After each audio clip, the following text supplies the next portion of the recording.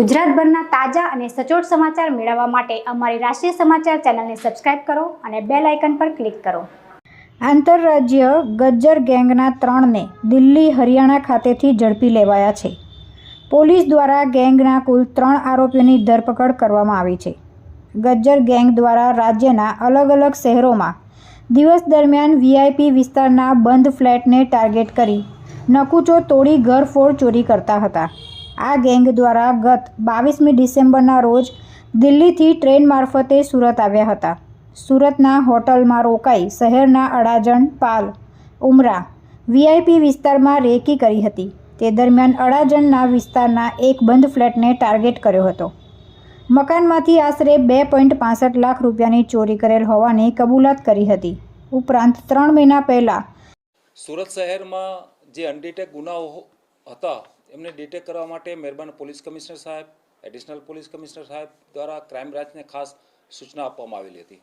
આમને લઈને ક્રાઇમ બ્રાન્ચની બધી ટીમો વર્કઆઉટ કરી રહી હતી। દરમિયાન ડિસેમ્બર માસની અંદર આનંદ મહેલ રોડ ઉપર એક દિવસ દરમિયાન એક બંધ ફ્લેટના તાળા તૂટે છે અને ત્યાંથી 2,65,000 જેવી માતબર રકમની ચોરી થઈ છે। દિવસ દરમિયાનની ચોરી હોય ક્રાઇમ બ્રાન્ચ દ્વારા ખૂબ જ ગંભીરતા દાખવવામાં આવેલ અને એમને લઈને વર્કઆઉટ ચાલુ કરવામાં આવેલ।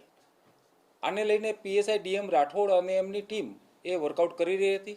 દરમિયાન એમને હ્યુમન સોર્સિસ તથા ટેકનિકલ સર્વેલન્સના આધારે એક સ્પષ્ટ અને ચોક્કસ બાતમી મળે છે કે દિલ્હી ખાતે રહેતી એક ગજ્જર ગેંગ જે આખા ભારતની અંદર અલગ અલગ રાજ્યોમાં પકડાઈ ચૂકેલી છે અને આની અંદર આનું ઇન્વોલ્વમેન્ટ આવે છે। એના વેરેબાઉટ્સ બાબતે તપાસ કરવામાં આવે છે। તો હાલમાં એ દિલ્હી અને રોહતક હરિયાણા ખાતે એ લોકો એના ઇનપુટ મળે છે। તાત્કાલિક દિલ્હી અને હરિયાણા ટીમ મોકલવામાં આવે છે અને ત્યાંથી લલિત સાહુ, મનોજ કાયત અને સંદીપ ઉર્ફે સોનુ મોનુ ધનકડ આ 3 આરોપીઓને મુદ્દામાલ સાથે પકડી પાડવામાં આવેલ છે। આ જે ગેંગ છે લલિત સાહુ, મનોજ કાયત આ લોકો દિલ્હી ખાતે અને હરિયાણા ખાતે અગાઉ ઘણા બધા ગુનાની અંદર પકડાઈ ચૂકેલા હોય। એ લોકોની ગજ્જર ગેંગથી નામે આ લોકો કુખ્યાત ગેંગ છે। ત્યાંથી આ લોકો દિલ્હી અને હરિયાણાથી એ લોકો ટ્રેન મારફતે અલગ અલગ રાજ્યોમાં અને અલગ અલગ શહેરોમાં આ લોકો જાય છે। ત્યાં હોટલોમાં રોકાઈ અને ત્યાં કાપડના વેપારી બની અને દિવસ દરમિયાન આ લોકો રેકી કરે છે। જે ફ્લેટની અંદર વોચમેન નથી હોતા એવા એપાર્ટમેન્ટને ટાર્ગેટ કરવામાં આવે છે અને ત્યાં જઈ અને બંધ ફ્લેટને ટાર્ગેટ કરી એના નકુચા તોડી અને ઘૂસી જઈ અને ચોરી કરે છે।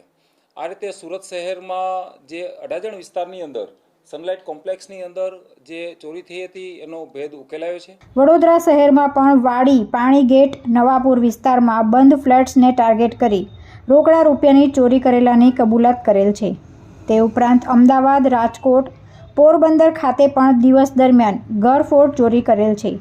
આરોપીઓ પોતાની ગેંગ સાથે ગુજરાત, દિલ્હી, મહારાષ્ટ્ર, બેંગ્લોર, મધ્યપ્રદેશ, રાજસ્થાન ખાતે દિવસ દરમિયાન ઘરફોડ ચોરી કરે છે। રોકડા રૂપિયા તેમજ સોનાના દાગીના સસ્તા ભાવે દિલ્હી ખાતે વેચાણ કરે છે। તુલસી શર્મા સાથે રાષ્ટ્રીય સમાચાર, સુરત।